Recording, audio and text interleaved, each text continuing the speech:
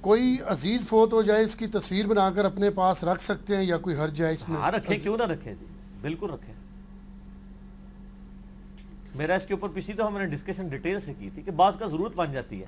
شیخ زبیر علی صاحب کی وفات پہ دیوبند اور اہل حدیث نے بریلویوں نے مشہور کر دیا تھا کہ ان کی چہرے بگڑ گیا، تو میت کی تصویر کھینچ کے اگلوں کو نیٹ پہ چڑھانی پڑی تھی. وہ آج تک چڑھی ہوئی ہے. تو میت کی تصویر لی جا سکتی ہے. تصویر جب حرام ہے ہی نہیں ہے جی، اب حلال ہو چکی ہے کیونکہ علماء نے بھی مان لیا ہے. تو وہ والی تصویر اور تھی. میرا یوٹیوب پہ کلپ ہے اسلامک رولنگز آن پکچرز، وہ آپ دیکھ لیں. ٹھیک. کیا ایک مسلمان کسی غیر مسلم عورت سے نکاح کر سکتا ہے، اور اگر نہیں کر سکتا تو یہ مولوی کیسے نکاح پڑھاتے ہیں؟ جیسے شاہ رخ خان، سیف علی خان، ارباز خان، ان کی شادیاں کیسی ہوئی؟ اللہ کا شکر ہے کسی پاکستانی مولوی نے نکاح نہیں پڑھایا ہوا. تو جدھر سے سوال آیا انہی مولویوں سے پوچھیں میرے بھائی، ہم کیا کہہ سکتے ہیں.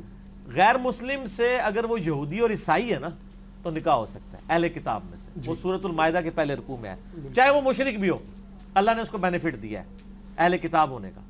البتہ جو بت پرست ہے یا دوسرے ریلیجن ہیں جیسے بدھسٹ ہیں، سکھ ہیں، ہندو ہیں، ان کی عورتوں کے ساتھ نکاح نہیں ہو سکتا. صرف اہل کتاب کی عورتوں کے ساتھ، وہ بھی صرف عورتوں کے ساتھ. اہل کتاب کے مردوں کے ساتھ ہماری عورتوں کا نہیں ہو سکتا. تو باقی ہو رہا ہے تو یہ تو اسی طریقے سے ہم کسی کو بتا ہی سکتے ہیں نا کہ بغیر وضو کے نماز نہیں ہوتی. اگر کوئی کہ میں ہون پڑھ کے ہیں کس طرح نہیں ہوتی، تو نہیں ہوئی نا، تیرے پڑھنے سے تو نہیں ہو جائے گی نا. تو پھر یہ جس خطے سے بات کریں اوبیسلی انڈیا ہی ہے، تو وہاں تو شاہ رخ، سیف علی خان، ہو سکتا ہے انہوں نے کلمہ پڑھا کے مسلمان کی عورتیں. نہیں، وہ اس کی بیوی تو پوجا کرتی ہے، اس نے مندر بنایا ہوا گھر میں. سر مندر میں تو مسلمان بھی جا رہے ہوتے ہیں. شاہ رخ نے علیحدہ مسجد بنائی ہے، اور اس نے یہ، چونکہ یہ تو عام مشاہدے کی بات ہے. غلط ہے جی. ٹھیک ہے. جمعہ کے دن کی مبارکباد دینا کیسا ہے؟ شریعت اسلامیہ کی روشنی میں تفصیلی رہنمائی. اس کا شریعت سے کوئی تعلق نہیں ہے. اگر ٹریڈیشنل آپ جمعے کی مبارکباد دینا چاہتے ہیں ضرور دیں. اسلام میں کوئی ایسی مبارکباد نہیں ہے. اور اس کو بدعت اس لیے نہیں کہیں گے کہ آپ دین میں کوئی چیز داخل نہیں کر رہے. ٹریڈیشنل چیزیں. عید مبارک کا لفظ بھی تو کسی حدیث میں نہیں آیا. ایک دوسرے کو وہ لوگ مبارک دیتے ہیں. پھر امام مسجد صاحب جب قرآن ختم کرتے ہیں تراویح میں تو مولوی اہل حدیثوں کے مولوی کہہ رہے ہوتے ہیں جی مبارک ہوئے جی.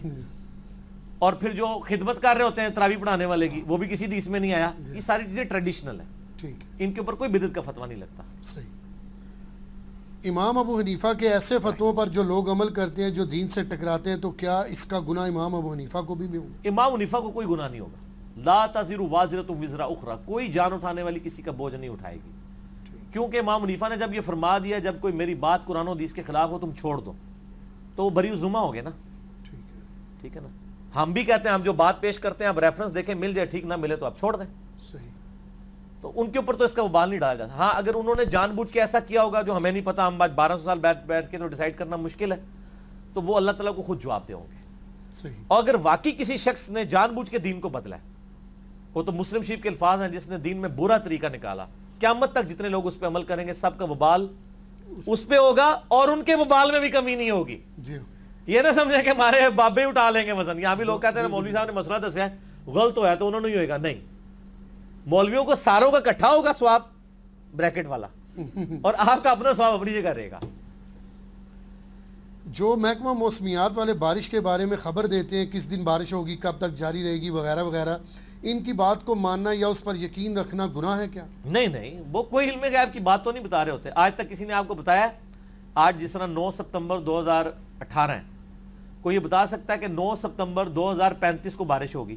نہیں بتا سکتا. وہ تو محکمہ موسمیات ہواؤں کے ذریعے دیکھتے ہیں کہ جی اب بارش انڈیا میں شروع ہوئی ہے، اتنے دنوں میں اب مونسون پاکستان میں داخل ہو جائے گی، تو وہ تو دیکھ کے بتا رہے ہوتے ہیں، جیسے جہاز میں بندہ بیٹھا ہوا دور سے دیکھ سکتا ہے. تو یہ تو علم غیب والا مسئلہ ہی کو نہیں ہے. اس طرح الٹرا ساؤنڈ جو کرتے ہیں، الٹرا ساؤنڈ بھی فزیکلی آپ نالج حاصل کرتے ہیں نا جی، تو اس کے ذریعے تو یہ چیزیں علم غیب میں آتی نہیں. یوٹیوب پہ میرا ایک کلپ بھی ہے علم غیب کی ڈیفینیشن کیا ہے.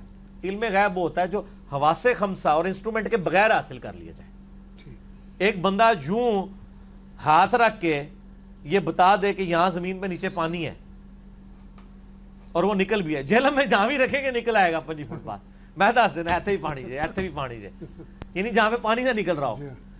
لیکن ایسے انسٹرومنٹس ہیں جو زمین میں گڑھک ہوتے ہیں، اس میں وہ انسٹرومنٹ رکھتے ہیں، الٹراسونک ویوز نکلتی ہیں، وہ ریباؤنڈ ہو کے آتی ہیں، بتا دیتے ہیں یہاں پہ 300 فٹ کے اوپر نیچے پانی ہے. اس طرح یہ جو آئل ویلز ہیں، یہ تو 300 فٹ پہ ہوتے ہیں نا, وہ تو ہزاروں فٹ پہ ہوتے ہیں, تو وہ ان کے پاس ہے. اس لیے آپ دیکھیں نا, وہ 50 ویل اگر کھودیں نا تو شاید کوئی ایک ویل میں سے نکلتا ہے تیل, لیکن وہ 50 کی قیمت پوری کر دیتا ہے, حالانکہ اتنے مہنگے ویل کھودتے ہیں. تو اس طریقے سے تو کوئی بھی نہیں بتا سکتا, یہ سارے کا سارا فزیکل نالج ہے. ٹھیک ہو گیا نا جی. تو اس کے ذریعے کوئی نہیں, ورنہ تو لوگ اس طرح کے بندے نہ ہائر کر لیتے زمین میں. یہ جو جتنے کہتے ہیں جی یہ بزرگ بتا سکتے ہیں, ان کو کہیں بزرگوں کو ہم لے جاتے ہیں, ہمیں تیل بتائیں کہاں پہ ہے. ٹھیک ہے نا جی, نکال لیتے ہیں ہم جو اتنی جو فیکٹریوں کو پیسہ دے رہے ہیں, تو ایک بزرگ ہی ہائر کر لئیے نا. ٹھیک ہے نا جی. تو بس اس طرح. علی بھی انشاءاللہ نون کو شین کے ساتھ ملا کر لکھنا چاہیے یا وقفہ رکھ کے, دونوں کے معنی بھی ہوں گے اس کی طرف؟ عربی میں تو ایک ہی انشاءاللہ ہے, وہ الف نون الگ ہے.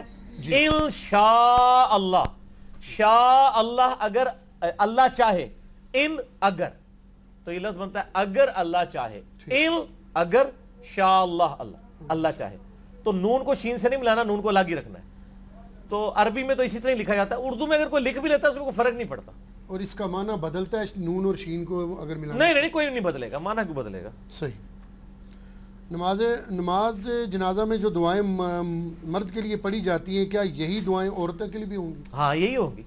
ہاں جو کچھ دعائیں ایسے ہیں جن میں سیغے آتے ہیں نا مذکر اور مونس کے, اس میں وہ سیغے بدل کے ہی پڑھی جاتی ہیں. بار یہ جو جرنل دعا ہے نا, اللہم اغفر لحینا و میتنا, ابو داؤد ترمذی ابن ماجہ میں, اس میں تو وہ جرنل ہی ہے.